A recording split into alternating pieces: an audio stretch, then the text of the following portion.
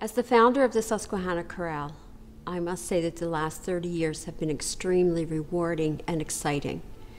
We have grown beyond my wildest dreams. We started with 11 singers, and we now have 35 very accomplished singers.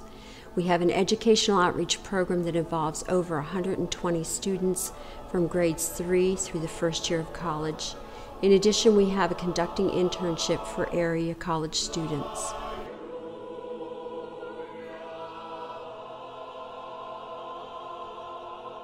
Each of the decades of the chorale has had exciting events in them, but the events that surround the 30th anniversary have been extra special.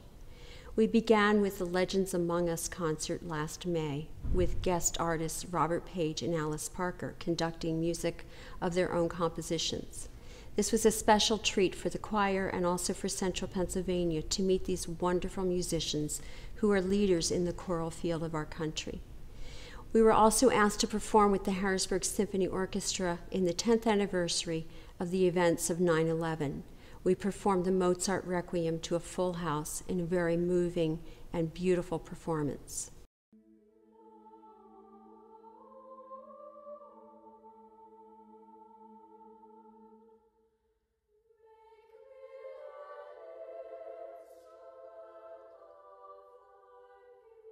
The first half of the program is sacred pieces, and the first 3 pieces are by British composers.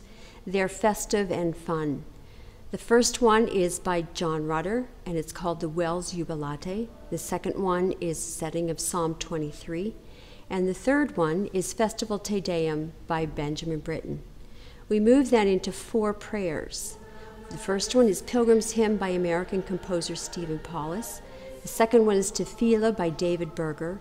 And the third one is Prayer of St. Francis, which was written by our former accompanist, C. Thomas Schwamm. Tom was an amazing performer with us. He traveled to Europe with us, and he wrote several pieces for us. And he was an incredible soulmate for the chorale.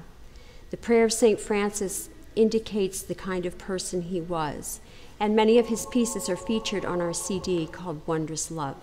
And the fourth prayer is called Baba Yetu, which is the setting in Swahili of the Lord's Prayer, and it's set to the music of the video game Civilization 4.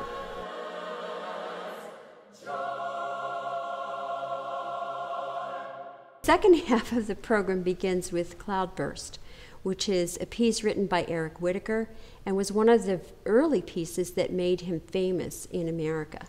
It's a setting that embodies a cloudburst, and the text describes the effect of rain while handbells, thunder sheet, percussion, and the singers snapping and clapping their hands bring to life an actual cloudburst. It's a very moving and effective work, and one that is not to be missed.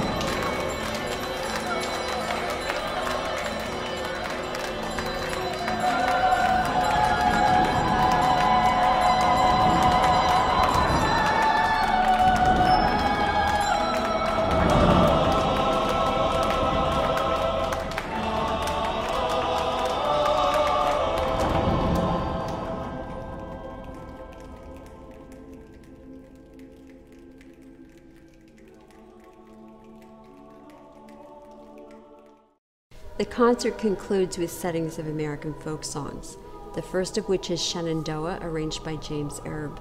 This piece has become a signature piece for the chorale, and we have sung it in many places in the United States and also in Great Britain. It's also on one of our recordings. The next pieces are also folk songs. We have the classic arrangement by Shaw Parker of What Shall We Do with the Drunken Sailor by the Men. And the next piece is called Colorado Trail, arranged by Norman Luboff, followed by Buffalo Gals, arranged by the British composer Bob Chilcott.